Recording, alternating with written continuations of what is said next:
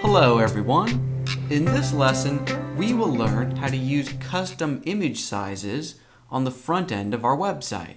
So for example, in our previous lesson, we added custom image sizes for portrait and landscape, right? So WordPress will automatically generate all of these different sized images, different copies of the same photo, and now we just want to learn how to use the different sizes on the front end. So as an example, on a professor detail screen like this, we would want to pull in an image that is taller than it is wide. So if we jump into our text editor and open up functions.php, you'll remember in our previous lesson that we created two new image sizes, and we gave them nicknames of Professor Landscape and Professor Portrait.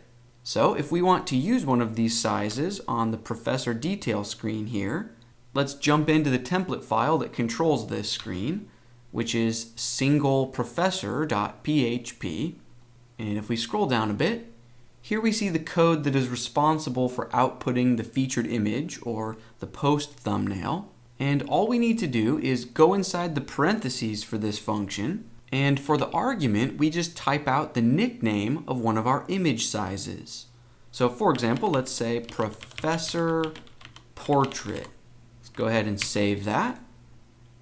Cool, and that's all it takes. So now we can see we are using the portrait image here. And then if we go back to the biology program page, remember this screen is still using the really large high resolution copy of the image, right? If I right click and choose open image in new tab, you can see that this image is almost 5,000 pixels wide. So instead, we want to pull in the image that uses our Professor Landscape image size here. So the template file that controls this screen is single-program.php. Let's scroll down a bit. Here's the related professor's custom query.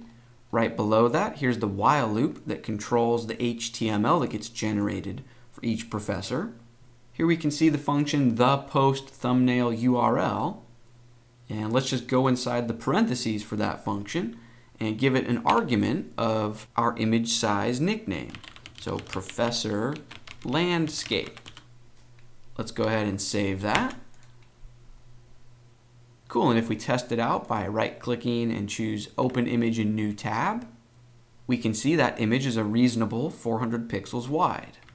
Cool. Okay, now at this point, let's change gears a bit and talk about how our images are being cropped. So for example, if I click on to the Meowsalot detail screen, obviously this image was cropped in order to create this portrait aspect ratio. Now by default, WordPress will crop towards the very center of the image. Now for this particular photo, that worked okay. But what if we had another photo where the subject was off to the side? So the question is, how can we have more control over how the images are getting cropped? Well, let me show you something. Back in our text editor, let's jump into functions.php, and you'll remember that when we created these new image sizes, we said cropping is set to true. Now, a value of true will just crop the image towards the center, but if you want more control, you could provide an array. And for the first value, you could either say left, right, or center. And for the second value, we can say either top, center, or bottom, right? So the horizontal and vertical corner that you want to crop towards. However, personally, I never use this feature because images are not all the same, right? There's not a one-size-fits-all cropping strategy for images. So let's set that back to true. And I'll show you what I do on websites where center-based cropping is not what I want. Right? So what do I do when I need to crop each image differently? Well, luckily there's a perfect plugin for this situation. So in the admin dashboard, let's hover over plugins in the sidebar and click Add New. And let's use this search field to search for manual image crop, and then the author's name is Tomaz. You do need to include the author's name in your search here in order to have this show up towards the beginning of the results.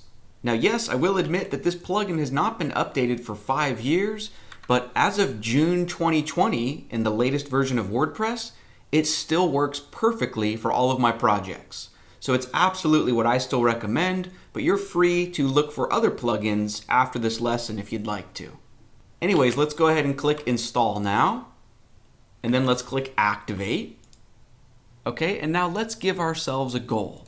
Let's imagine that I want to crop this cat image differently. So in the WordPress admin, let's go into Professors, and let's edit the Dr. Meowsalot post. And now over in the featured image area, if we click on the featured image, well, now right here we see this new option of crop image. So let's click on that. And the first thing I want to draw your attention to are these different tabs up here. So we see thumbnail, Professor Landscape, and Professor Portrait. So I don't need to customize the thumbnail size, but let's go ahead and click on Professor Landscape. And now if I try to resize this crop area, what's nice is it's automatically constrained to the aspect ratio that we defined in our functions file. So for the landscape, maybe I really want to zoom in tight on the cat's face like this. Maybe a little bit more exaggerated. I'm happy with that. So then if you scroll down a little bit, there's a crop it button. Let's click that. Cool. And now if I go back to the front end of my website and refresh this screen where we are pulling in the Professor Landscape photo, whoops. Now at first you'll see that the image did not change. So this is not the new cropped version that we just created. This has nothing to do with WordPress or the plugin we're using, and it has everything to do with our web browser's caching behavior. Essentially, the new JPEG file that WordPress and the plugin created, it's using the exact same file name as the previous version of the image. So when you perform a normal refresh, you will not see the new image here. However, if you perform a hard or full refresh, you will see it. So to do that, you can just hold down the Shift key on your keyboard while clicking the browser's reload button. Cool. Notice now we do see the new cropped version. And if we go to the detail screen that uses a portrait version, if we want to customize this crop, back in the admin, we can just scroll back up and click on the Professor Portrait tab. And now we are constrained to that aspect ratio. So maybe I want to zoom in really tight on the cat's face, like this. Let's scroll down a little bit, click Crop It. And then if I jump back to the front end and refresh this screen, initially we will not see the new image because our browser has already downloaded the old version with the same file name. So again, just perform a hard or full refresh, hold down the Shift key and reload, and there is the new cropped version. In the real world, this caching issue is not usually a problem because you're usually going to crop the images when you first create the post. That, combined with the fact that most visitors will not have already viewed your professors, and you can see how this is not going to be an issue on our live production website. Now, not every website will need fine-grained control over cropping like that, but I think this plugin is a lifesaver if you want to have art direction over your different sizes of images. Now that's going to bring our focus on featured images to a close, but we are not done yet when it comes to learning how to manage uploaded images. In our next lesson, we will finally learn how to make this top banner area dynamic. So in addition to replacing this annoying "don't forget to replace me later" text that I'm sure you've been staring at for this entire course, in addition to making that dynamic, we will also learn how to set things up so that each post and each page can upload its own unique background image here, right? Instead of this default fallback beach or ocean photo. Learning how to set this up should be a lot of fun. Let's keep things rolling, and I will see you in the next lesson.